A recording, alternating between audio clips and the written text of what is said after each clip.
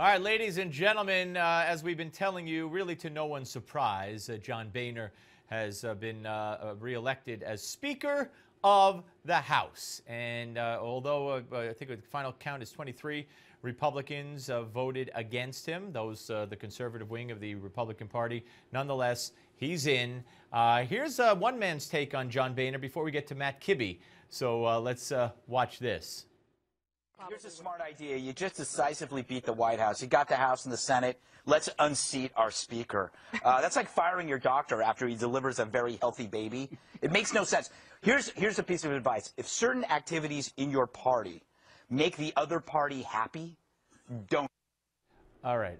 That's Fox and their take, at least one person's take, on the battle for the Speaker of the House. And, of course, Matt Kibbe joins us right now, President and CEO of FreedomWorks. And, Matt, you wrote a great piece at freedomworks.org, replacing Speaker Boehner. Here's how it's done. And, of course, I disagree with the premise of that whole soundbite. I don't think Boehner delivered the landslide. I think the landslide was delivered in November in spite of Boehner. Yeah, absolutely.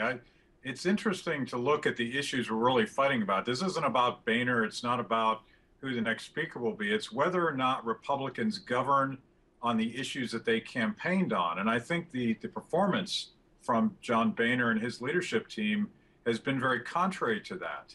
This is a new deal. You have a number of members that are willing to stand up to the status quo, in large part because they're trying to restore the Republican Party back to the issues that it stands for. Yeah, no, absolutely. And you know, that bill that you referred to in your piece, the omnibus debacle, I mean, everything the president wanted, right down to the First Lady's despicable school lunch program, is fully funded. This is really about the budget process as much as anything else. And the December last-minute, top-secret, massive omnibus bill is everything that Republicans, including the sitting Republican leadership, said that they would stop if we gave them the majority. That's what they ran on in 2010. That's what they ran on in 2012. That's what they ran on in 2014. And yet that's what we got for it. We got everything that's wrong with Washington.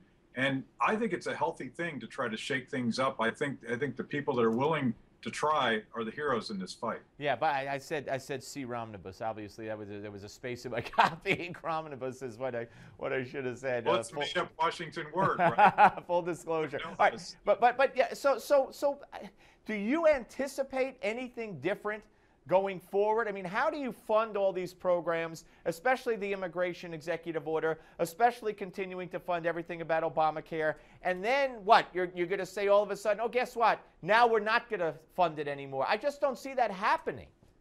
Yes, I mean, they've led, Boehner and crew have led with the understanding that they will not shut down the government. That basically takes away the only authority they have. Oversight is all about the power of the purse. And if the Republican majority is going to assert its policy priorities, they're going to do it through the budget process.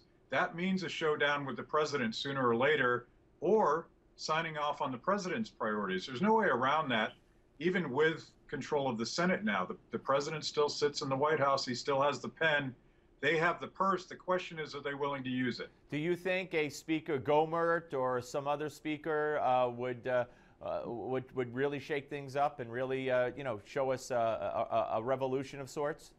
Well, I think the revolution would not be about a Speaker Gohmert. The revolution would be about giving the American people a seat at the table on this once arcane debate over whether or not John Boehner is the next speaker. This used to be inside baseball. Now you have millions and millions of Americans participating in this process, understanding how important it is, who's in charge, who's setting the agenda for the House floor.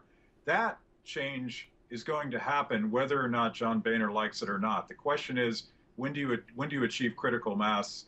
Maybe today, maybe next week, maybe next year. Yeah, all right. Matt Kibbe, President and CEO of FreedomWorks. Thank you, sir. Always good to talk to you. Happy New Year. Thank you. All right, folks. Well, what could you say? Of course, Boehner will be Speaker again. And, not totally unexpected, but very disappointing to a lot of people. And you know, the media portrays those who vote against Boehner and don't want Boehner as these renegades and Tea Party radicals and extremists. No, no, no, no. No, no, no, no. The Republicans now have the biggest margin of Republicans in the House in 80 years.